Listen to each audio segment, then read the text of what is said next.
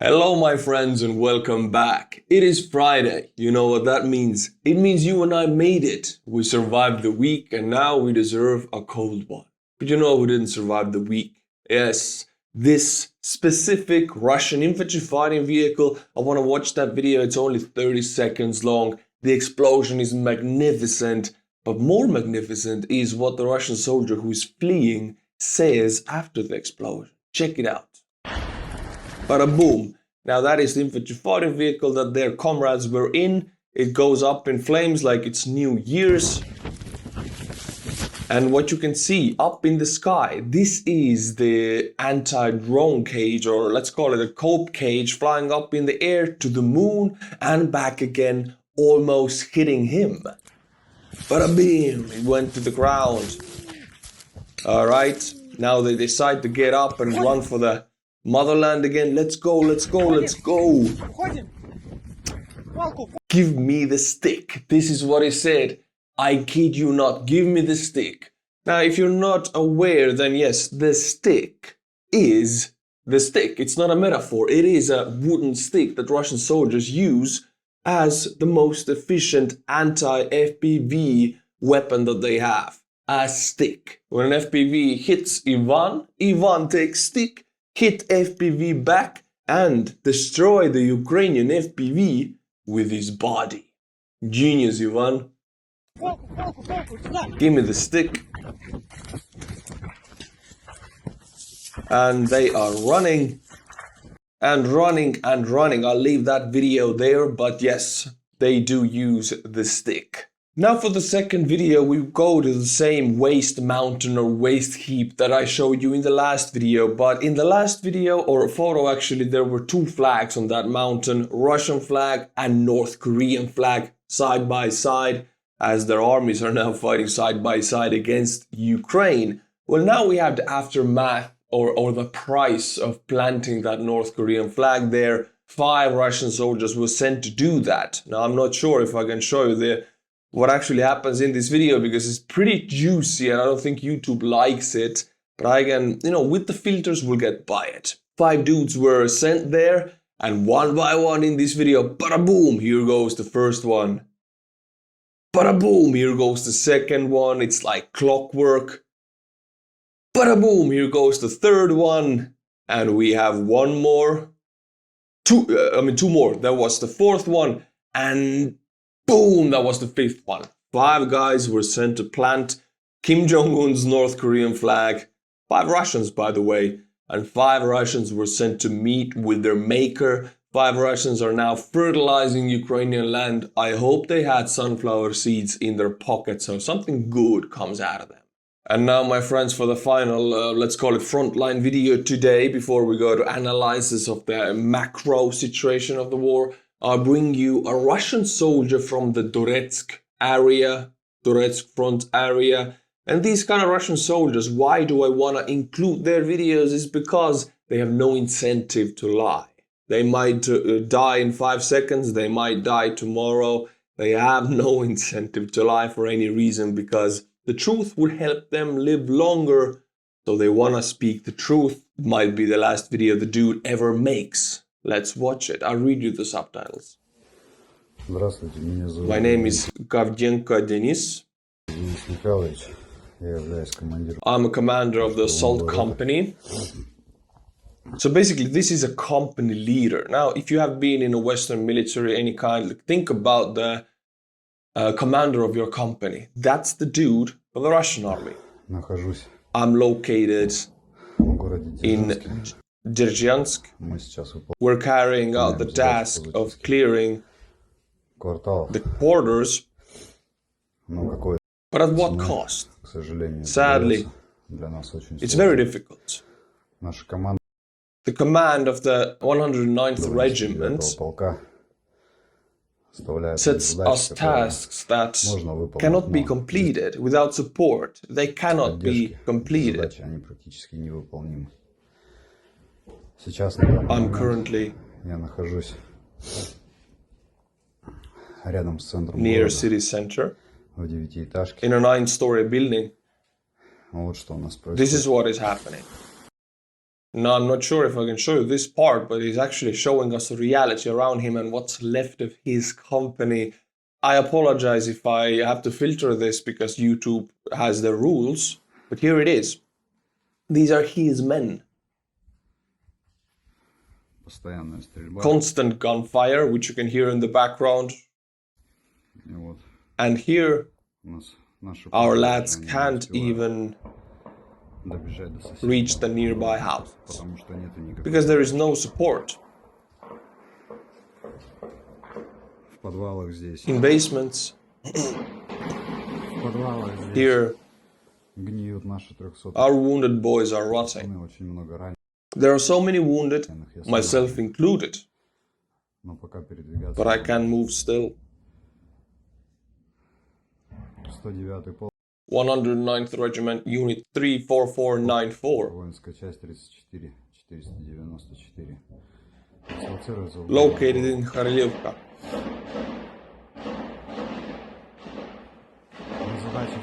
We carry out our task, we can do it, but the current task we cannot do.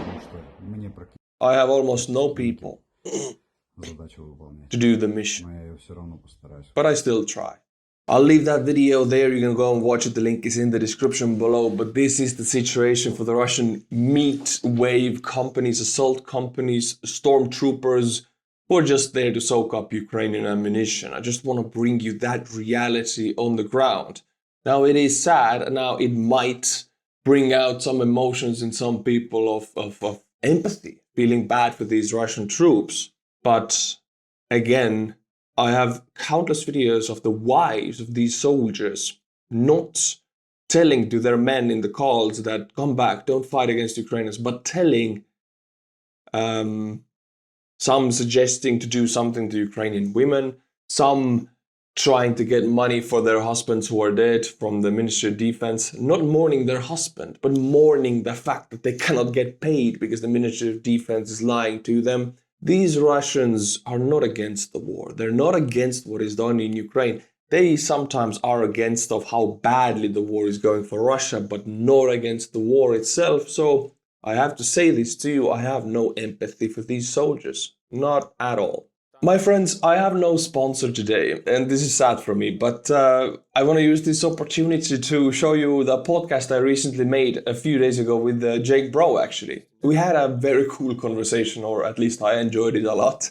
And Jake is like such an amazing person to talk to and actually to listen to because he's very smart. We talked for 1 hour. Go and check it out. It's in Rehi podcast channel. The link is in the description below. And if you like it, you can subscribe to it. New podcast with operator Starsky is coming out tomorrow or on Monday, or like in the next 2 days it's coming out. So be ready for that. Now, my friends, I'll bring you more videos from Russia, or actually from, let's call it what it is, occupied Chechnya. Because Chechnya is a free people and free culture and separate state, but it's occupied by Russian Empire. Now, this is a Russian military truck that was today ambushed in Chechnya, not far from the capital, Grozny. 3 Russian military men were knocked out cold or sent to meet with their maker, sleeping with the fishes, as you call it. But the thing is, Chechnya is supposed to be under Putin's puppet, Kadyrov. He's supposed to control the opposition. That's his job. That's why Putin is paying him too. And we're talking a lot of money here. Now, if these things start to happen again, because they didn't for almost 2 decades after the Second Chechen War, this stuff didn't happen. I mean, weaponized opposition to Russian army in Chechnya didn't happen. Now it's happening. What does it mean? It means the weakening of the Russian military image outside of Russia and also inside of Russia. And like the previous democratic president of Chechnya in 1994, President Dudayev, he said that the dissolution of Russian Empire will begin in Chechnya and Dagestan. And this is Chechnya, armed resistance to the Russian army. It will begin here. Not yet, give it time, but it will begin here. My friends, remember, I think it was like 7 months ago when there was this egg crisis in Russia. It's still not over. I mean, egg prices are insane in Russia. And they're having issues with procurement of eggs into the country. Well, now it is butter. I'll read you the thread, and it's pretty oily, like butter. Until 2022, butter was supplied to Russia from all over the world, but then imports decreased by 10 times, from 40 to 4,000 tons. After 2022, only Belarus remained as a supplier of butter to the Russian market. It's not able to fully meet the demand, although its goods make up 15% of all Russian dairy products. Minsk also paid attention to the crisis and decided to make money on it. Hey, good old-fashioned capitalism. The Ministry of Agriculture and Food of Belarus raised prices for certain types of goods sold under foreign trade contracts with Russia 12 times in a year. So they raised prices 12 times in a year. So every month they're like, oh, you Ruskies, you don't have butter, huh? And we make it more expensive. Ching ching. The Russian Ministry of Agriculture decided to follow a familiar path, purchasing butter in friendly countries.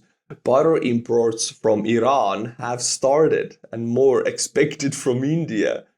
The photo shows butter in special containers with security chips in Russian stores. I mean, check it out. Masla is butter in Russian. I mean, they have these plastic boxes so people wouldn't steal butter. Oh my god, this is so stupid. I mean, I have to quote the classics here, which is, ooh la la, very nice, butter. Look at this. This is dumb as hell. And there's a letter next to the plastic boxes. Check it out. Dear customers, if you want to buy butter, please contact the sales staff or cashier at the cash desk. You can familiarize yourself with the assortment of butter in stock using the price tags. We apologize for any inconvenience. Administration.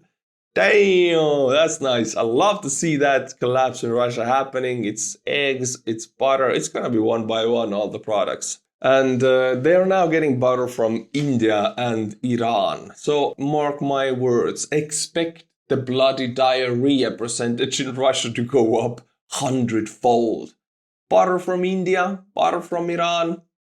Very nice. Now, Putin always says that he is fighting against the expansion, forceful expansion of NATO. Well, here is hard, cold statistics in your face. This is the expansion of NATO. Eastern Europe explained. Finland, Sweden, Estonia, the Baltics, Romania, Norway, all of these countries in Central and Eastern Europe are at peace and they're in NATO. Now we have Ukraine, not in NATO. War with Russia. We have Georgia, not in NATO. Again, war with Russia in 2008, and now it's a frozen conflict. We have Moldova, not in NATO. They have Transnistria, which is like a Russian separatist region, which is again semi-cold conflict with Russia. And we have Belarus, not in NATO, occupied by Russia.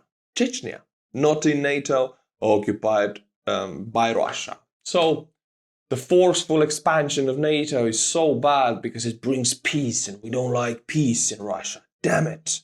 We have to liberate those guys so we can have war again. Now, my friends, let's take open topic of criminals in the Russian army. And we're so used to this topic ever since Prigozhin started hiring from the Russian prisons. But we don't really talk about what is actually the outcome of this. And it's not just more men to the Russian army, because these guys are sometimes in Kursk, which is a Russian area controlled by Ukraine, and the prisoners sometimes are sent there to fight against the Ukrainians there, and they are in civilian Russian situations, in the stores and in shopping malls and in the trains or subways, and there they go about like doing their criminal stuff. And they're wearing a Russian uniform, wearing a Kalashnikov. Name me a police officer who is ready to stop any criminal activity when it's done by a guy who is in for a murder and now in a Russian army, armed with a Kalashnikov and part of the war effort, special military operation, which like these guys are under special protection. Also, like no police officer is gonna do nothing. So the guys have free reign. They can do what they want. They can literally beat up or kill or other bad words which I cannot name. They can do what they want. Nobody can do nothing to them, because even if they will go to the Russian court system, there is always the opportunity of, oh, send me to the special military operation, and all the guys' criminal charges will be dropped. So It's a true get out of jail free card. So you can do everything in Russia now. Literally, I'm not kidding here. Like, people can do anything. If they don't get caught, they win because they, stole or whatever. If they do get caught, they go to the war and they can continue doing what they want. So yeah, Russia is a massive criminal state now. And I will read you a paragraph from the Russian military blogger Firebomber. It seems to me that we're walking on extremely thin ice when we've essentially equated criminals with volunteers and soldiers. And defending the motherland has become equivalent to serving time for partially serious offenses. Sure, this is all temporary, but today's criminals can do practically anything, knowing that even if they're caught for serious charges, including collaborating with Ukrainian armed forces, no one even talks about the murder charges anymore. They'll be sent to the war zone. From there, they could very well return as war heroes, veterans with all the honors, benefits, and more. Apparently, there are no other options, or maybe it's just me. Again, it's so easy to get apathetic to this kind of news. Oh yeah, I mean, we all know Russian war crimes in the army and the criminals, but if we really go into the details, what it really means if a massive population from your prisons is released to go to war and return from there like 6 months later as a free man, as decorated war veteran into a civilian society, and nobody can touch them. Police cannot touch them because they're a war veteran. And if you as a police officer try to arrest them for a murder charge, you are messing with the Ministry of Defense. This guy fought for us. I mean, who are you to come and jail him? And he can go back to war if he wants to anyway. You cannot touch these guys. They're criminals and they're free to do what they want. And to hammer the point in, I mean, some people in jail are there because they have, massive tendencies for violence. They have very short fuses or whatever life has done to them, like they're spoiled goods. They're in jail. They shouldn't be out because they're a danger to society, because they just want to beat up everybody. That's what's going on inside. And here is one of these guys, and this is not an isolated case. This happens all the time everywhere. A drunk Russian criminal from prison is now wearing a uniform, goes to the store, wants some vodka, doesn't want to pay, and immediately starts throwing around stuff. I mean, there are two women as cashiers. What can they do? Police. By the way, police was called to this guy, and they did nothing, saying that we cannot do anything. This is the Ministry of Defense area. Like, civilian police cannot react to this at all. And the Ministry of Defense does not want to react because they need this guy to soak up Ukrainian ammunition, meaning this situation is normal. It's now normalized. This behavior of like stealing, throwing around stuff, even murders, it is normal now. It is happening. Nobody can do anything. Check it out. Look, it's a nice kick. Boom. Yeah, that's how it is. And here we can see 108 inmates from a certain Russian prison in a bus heading towards a special military operation. These guys are very happy to get out of jail. Some of them are in for murders. Some of them are in for mass murders. Some of them are in for the R word, which I cannot say, with women. So they're now all brothers in arms and heroes for Russian Ministry of Defense and going to fight in Ukraine. Some of them are going to Kursk, where they are deployed in areas where there is Russian civilian life, just village shops like you just saw. These guys can do what they want, break into any home that they want. They are free to live out all their fantasies there. This is Russia. Now, my friends, I'll bring you a report by a Ukrainian military analyst, Yevhen Dikhi, but I don't agree with it. I especially want to bring it out because I don't agree with it. And I'm an Estonian and he's a Ukrainian, and we have this disagreement, so you can definitely have your own opinion about this stuff and put it in the comments, and I want to read about what you think. Military expert and analyst Yevhen Dikhi said that Ukraine needs to mobilize 500,000 quickly to stabilize the front and launch offensives. I quote, "We are still facing the need to quickly gain 500,000 and then quietly gain 20 to 30,000 every month. If we were able to do this, these numbers would be enough for us to win."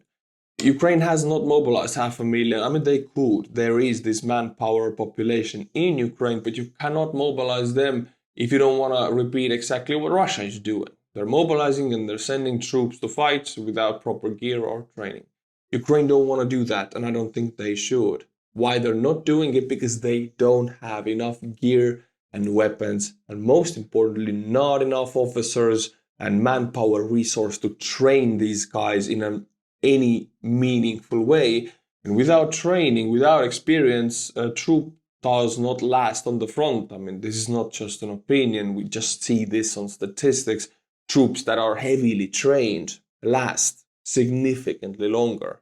And troops that are not trained, they go in days. So it is very important. If you include any kind of manpower, any kind of like 24-year-olds, 23-year-olds, right now it's 25. Under that, Ukraine is not forcefully mobilizing. If you include younger people, like 24-year-old, Ukraine could get like 100,000 of those. Yes, but if you cannot train them, if you cannot equip them properly, you're just sending them to die. Ukraine has chosen not to do that, and that means that they are right now retreating on the front lines. I mean, the Russian army in the east is capturing 1 to 2 local settlements a week, which is one of the fastest paces in the last 2 years of advancements, with huge losses, of course, but there are these advancements. Ukrainian army is retreating, and they're still not mobilizing these 500,000 potential men that they could, because they don't want to throw away their manpower. And I agree with the Ministry of Defense that yes, you should not throw away your manpower. But some analysts are like, the Ukrainian army needs to mobilize. They need to just send meat to the front, which I don't agree with at all. Now, my friends, I'll read you 16 points. They're very short and compact and like packaged in a very understandable way. 16 points and reasons of what we should be mindful of when looking at Russian influence in the West and Russian propaganda channels, for example. And this is Russia's one of most effective weapons. Their propaganda, their fear that they export, the conflicts on other countries internally that they export and initiate. 16 reasons we should be very alarmed. Number 1, Russia is successfully uniting the anti-Western propaganda bloc. Number 2, many naive and non-resilient Westerners are embracing the Russian narrative of a multipolar world. And everybody who's watching this video is not part of this number 2 because you're not naive or non-resilient, because you are watching this video. I mean, you cannot be part of this group. But I'm sure all of you know some people in the West who are not pro-Putin, but they are pro-Western politicians who initiate conflicts in the West, which is pro-Putin. Number 3, disinformation and influence campaigns are not limited to social media. Number 4, we are ignoring traditional propaganda channels, books, events, and agenda of influence. Number 5, Russia and its allies have deeply infiltrated and contaminated our society with agents of influence, useful idiots, spies, or people who serve both roles. Again, I want to point out that this is one of the biggest points that people in the West might not understand. A politician or a group of people or some kind of gathering or whoever they are in the West, a group consolidated around some beliefs, they might not have connections with Russia at all. They might not be pro-Russia. They might be pro that country that they are in. It is enough for Putin. And Putin's main goal is to initiate internal conflict. If it's done by 2 parties in some country that are not connected to Russia at all, this is what he wants. This is what Putin wants, and this is what FSB operates. 2 parties, let's say any country in European Union, who are fighting each other, creating conflict, creating division, and these 2 parties are very anti-Russia, but they're still fighting each other to create this division. This is how Russia wins. This is how FSB operates. There doesn't need to be any Russian connections. Conflict itself in another country that divides that country is what Russia needs, because that makes the country weaker, and Russia cannot get against unified European Union. But what they can do is divide one by one these countries, dissolve the European Union, like Brexit, for example, was a massive win for Russia, not connected to Russia at all, but a massive win for Russia. So this is how they operate. Number 6, anti-Western narratives are widespread in the West, in the far left, in the far right, even in the center. Yeah, I sometimes do feel like, I mean, we have a wonderful Western society. We're the 10% of the world's population and 1% of like the wealth. And I know I'm speaking from a privileged position, yes, because I am part of European Union. It's a very nice place to live, believe me. Why should we throw that away? We have a wonderful life here. People who are anti-West in the West, I am 100% sure these people have not lived in Russia. They have not lived in Iran and not lived in China. If you visit Moscow subway, oh, it looks very nice. Go and live in Russia for a few months or in Iran, and you cannot have this opinion. These people in the West who are anti-West, they are just looking ways to shoot themselves, like metaphorically. Because the West is everything that gives them security, the rights that they have, the very fact that they can speak out against their government is a privilege that the West has. And they're using it to weaken the West. So in my eyes, it's incredibly stupid. Number 7, we take democracy for granted and remain unaware of the authoritarian threat. Yes, democracy is one of the rarest. It's almost like a mistake in the last 2,000 years, almost. Peace inside the European Union, the connectiveness, the rights that we have, it's so rare. And people take it for granted and so easily become anti this and anti that, but not remembering that what they're fighting against their own government is what enables them to have these freedoms. Kind of fit in my head. Number 8, the issue isn't just dictators, but also their enablers, partners, and apologists in the West. Number 9, we refuse to confront collaborators because it's painful to address the issue head on. Number 10, if we don't protect our democracy and build resilience, it may soon be too late. Subversive actions by autocratic states like Russia and China are already in full swing. Number 11, besides our grave mistake of largely ignoring traditional subversive activities, such as those carried out by paid authors, professors, and former or current politicians, cyberspace is now the main battlefield in the information war. Number 12, we continue to practice appeasement in various ways, embracing dictators who despise us in the hope that they will change, while neglecting our allies who admire our system.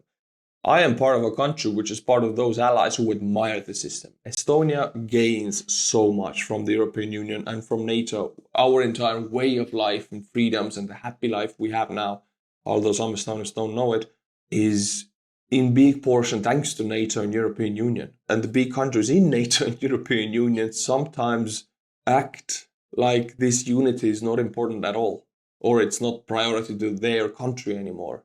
Well, I'm here to tell that it's massively important for us. In this part of the world, it is everything for us. Number 13, one-sided calls for peace and disarmament, which began during the Cold War, may ultimately complete their intended work. Number 14, the influence and brainwashing of many people through so-called peace activities still linger in the minds of many who participated. I'll say that again. Peace with Russia, Russia only wants peace when they are weak. They always want war and expansion when they're not weak. If you feel like, or if you know anybody who wants peace with Russia right now and a ceasefire, then I advise you to read the Russian military history in the last 500 years. It's a repeating pattern. You don't need to be a genius to see that. Peace with Russia is not peace. It is a pause of hostilities until they have strength again. The only way to live peacefully with Russia is to destroy their military, every last one of it. Their military exists only to expand and kill and loot. That's the goal of it. So if you don't kill it, it will expand and kill and loot. So ceasefire or peace with Russia is giving them an opportunity in 10 years to start it all over again. So I am not pro-peace in this situation, in this current situation. I am not pro-ceasefire. I say this war needs to go on as long as Russian military is destroyed to zero. Number 15, we lack the politicians, leaders, communicators, and societal resolve bold enough to tackle this challenge and defend the democratic world. Number 16, subtle and covert influence is something we almost completely fail to detect. Yeah, I mean, I have watched some of Churchill's speeches, and there were also people, massive amount of politicians in the British Parliament back then who thought they would never win against Hitler. We should maybe make a deal with Hitler. And Churchill lost his cool. He's like, he started screaming, how stupid can you be? You cannot talk with this guy. We cannot appease him. The only way to talk with him is to destroy his military, to destroy his entire idea. And that's what the British did. They fought. They never gave up. They never appeased. After Chamberlain, of course. Right now, the West, unfortunately, is the entire West of you. I cannot blame everybody. If you're watching this video, you are, of course, very different because you are in this truth. You're finding out truth.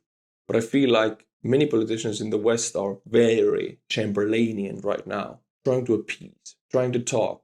We need to change these politicians because times are different. Every time somebody tries to talk with Russia, Iran, or China, we are losing. The West is losing. That's how it is. For example, to hammer in this point, Moscow gave the Yemeni Houthi rebels data for satellites to strike merchant ships on the main artery of the world's trade in the Red Sea.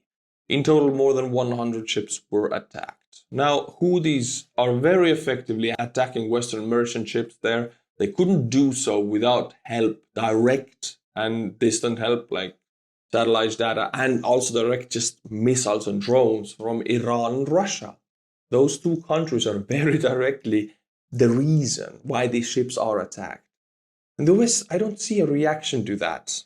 I see, United States patrols a few ships in the Red Sea, right? But the Houthis are still able to destroy these merchant ships, which affect, by the way, your life and everybody's life, because this is the artery which feeds everything we do right here in the West. It's being attacked. And I don't see a strong enough reaction from that. I'll pivot for a moment and jump into Ukrainian weapons production. Again, talking about the reactions of the West, one of the appeasement policies is a de-escalation policy, which means there are massive restrictions on Western weaponry, which is in Ukraine. And for that reason, Ukraine is developing their own weaponry, which doesn't have these restrictions, also a ballistic missile. Ukraine has successfully completed tests of its new Krim 2 ballistic missile, which according to some reports has a range of up to 500 kilometers. You might think, okay, 500, not that much. But my friends, about 50% of the entire Russian military capability in warehouses and factories are 500 kilometers from the Ukrainian border. Yeah, the rest is in the Far East and in the north in Murmansk, wherever it is. With the 500, you can destroy enough that the Russian army would collapse if you would really have the capability to explode whatever you want to explode. And a warhead up to 500 kilograms. Wow, that's a big boom. Factories, warehouses, and airfields will be its first target. Now, my friends, people have become very apathetic about, Russia's ruble is going to collapse, Russian industry is going to collapse, because it's like doom-mongering or this end of the world talk, or people don't believe it. Because the Western media was talking about it a lot before the sanctions, and then the sanctions hit, and Russia had 300 billion USD in their central bank as a reserve. They could just feed it to their economy, which makes the economy grow. It does. You just feed your money to the economy, it grows. But it grows only if you continue feeding the money. Russia is burning their central bank assets in a staggering pace. And they still have enough for 2 more years, by the way, which is a very painful amount of time. And that 2 more years, Russian economy will grow, possibly, or will be stagnant, but it will not fall because Putin is spitting hundreds of billions at the problem. When that money runs out, much like when the Soviet tanks run out in the warehouses, they cannot produce anymore and the industry will collapse. It's something that people have become so apathetic about. It's like, one more Western military blogger talking about the collapse of the Russian economy. Look, their economy grew 5% or 2% or it didn't fall. Yes, any economy in the world will grow if you feed billions into it. If you you puke money at it. It just grows and grows until you don't puke money because you run out of money. Russia. Most enterprises will go bankrupt, and this is said by Rostec CEO. Sergei Chemezov was referring to the effects caused by high cost of borrowing. But there was a surprise fact in the article, and that is that most of the loans in Russia are connected to the central bank's interest. They're not fixed interest, they are connected to whatever the central bank does. And the central bank recently rose its interest, if I'm not mistaken here, close to 20%. That means that the loans that were taken like 10 years ago for the businesses and industry, which operate on loans all over the world, their paybacks are now massively risen, massively, which means they will go bankrupt. That's how simple it is. I mean, they cannot conjure money out of thin air. The only reason they don't go bankrupt right now is because Putin is bailing them out, just giving military connected companies who are anyway connected to military, they're giving them tens of billions just to stay afloat. But when that money runs out, they're gone. It's over. And I know until this is true, 2 more years can pass and people say, oh, look, another Western military blogger talking about the collapse of Russia, which never happened. These things take time. They're slow. Sanctions are a very slow weapon. They take time, and I see very small signs which reflect the state of the Russian economy, but they're so small that people who maybe just want to look at how the GDP is doing or how the economy is not falling, yeah, they can do it for 2 more years. That's how much the money will last according to spending rates of the central bank right now. Now we talk about the North Korean troops in Russian military. If the military of North Korea enters the Russian or Ukrainian war, the United States should consider the possibility of direct military action. And this is said by the chairman of the Committee of Intelligence of the House of Representatives, Turner. According to him, North Korea's entry into the war should be a red line for the United States and NATO. I do agree with 100%. I do agree. I mean, not when the North Korean military enters Ukraine, but when they enter Russia already as part of the Russian military effort, it should be a red line. But when it's not established as one and when it's not respected, so like if it is crossed, that there would be a reaction, which we haven't seen because of the de-escalation policy. It pains me to see that the West is not setting their boundaries and not fighting for their boundaries. Now, my friends, I have a bunch of videos for you, actually. There's a Russian woman who went to North Korea, and here she filmed secretly, because obviously you're not allowed to really film there. She filmed some stuff secretly, and it's just a cool bunch of videos what's really going on the streets of Pyongyang. First of all, they have this morning routine of doing their dances. For some reason, they love dances. In the Soviet Union, it was the same. Everybody had to do this. But in North Korea, it still happens. Everybody has to wave the flags and march together for no apparent reason. Then there is this military platoon here, and we see them marching. I mean, usually you see North Korean military marching in perfect order in the parades, and they do look magnificent when they march like that.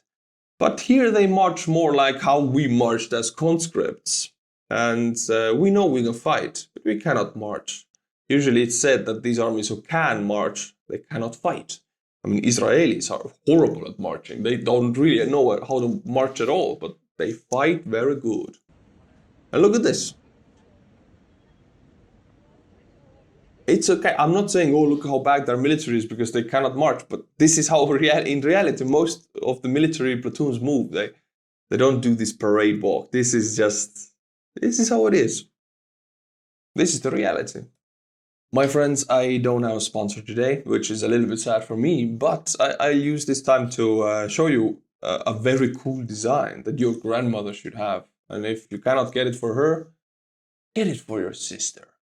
Ukrainian fire drone t-shirt and Ukrainian fire drone hoodie. Look at these 2 designs. I think they look very awesome and I do wear them sometimes. And it's also the best priced t-shirt on the store. You can see the Baba Yaga, which we delivered with your donations to the Ukrainian military. And it's dropping some truth, fire onto the Russian tank. So go and get it for your grandmother. The link is in the description below. And now, my friends, my favorite part of the video for the last time of this week, Friday's edition of Estonian Butchering Buy Me a Coffee monthly members with Estonian pronunciation. Are you ready for your name to be butchered to oblivion? Let's go. Timothy Maken. Hey man, I've said your name for like 10 times already, but welcome back. As many times as you want to come back, come back. Robert Baldwin. Hey, that's the long lost son of Alec Baldwin. Hey, I'm glad a son of a famous actor is on our side. Rebecca Vricht. Thank you, Rebecca. I think you're one of the 3 girls who ever signed up. Thank you.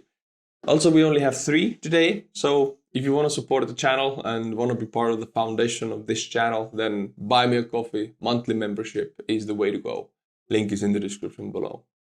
Until my next video, my friends, which will be on Monday. Slava Ukraini, and bye-bye.